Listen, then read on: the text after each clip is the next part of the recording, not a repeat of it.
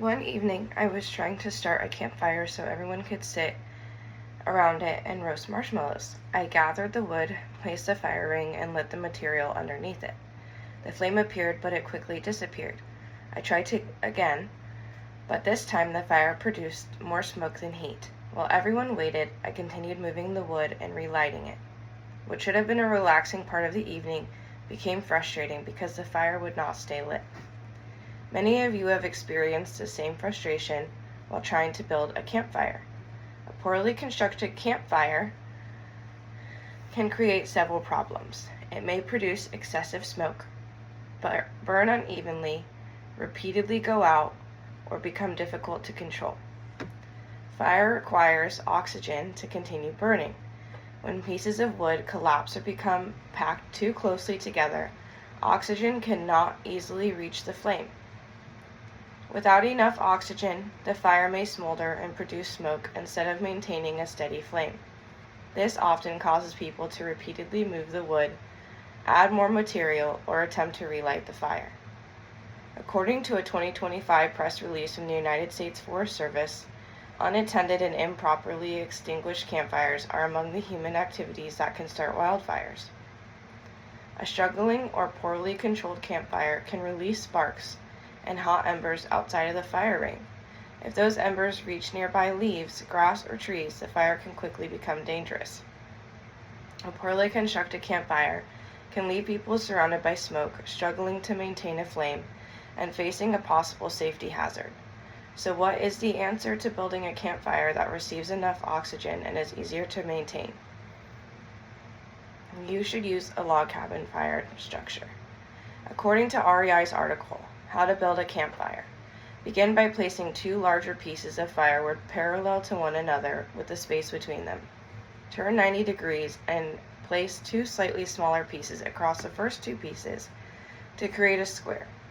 Continue adding alternating layers with tinder inside and kindling positioned near it. This crossed arrangement supports the wood while leaving open spaces for oxygen.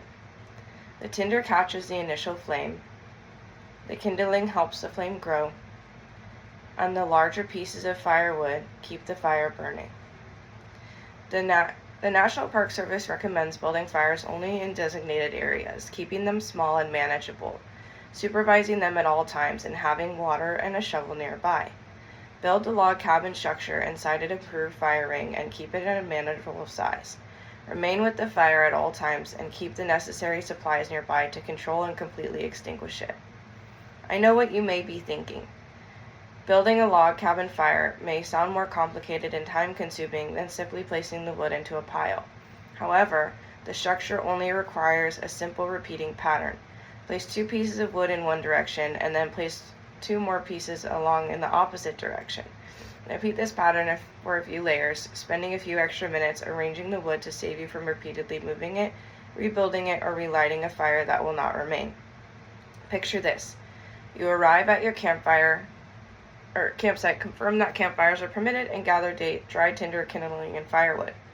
You arrange the firewood into an alternating square layers and place the tinder and kindling inside the structure. After lighting the tinder, the flame moves to the kindling and then reaches the larger firewood. Oxygen travels through the open spaces, helping the fire grow. Soon you and your friends are relaxing beside a warm campfire and roasting marshmallows. Instead of repeatedly relighting a smoking fire, you can enjoy the evening and feel confident in your ability to maintain it. Now imagine your alternative. A few minutes of preparation can make the difference between these two experiences. You should use a log cabin fire structure. Before your next camping trip, take a look at REI's online guide called How to Build a Campfire. It provides simple instructions for building a log cabin fire. You can also find important campfire safety information on the National Park Service website. I urge you to use a log cabin fire structure the next time you build a campfire, because if you do, you will have a fire that gets more oxygen, stays stable, is easier to maintain, and is more enjoyable for everyone. A dependable campfire does not begin with the match. It begins with the way you build it.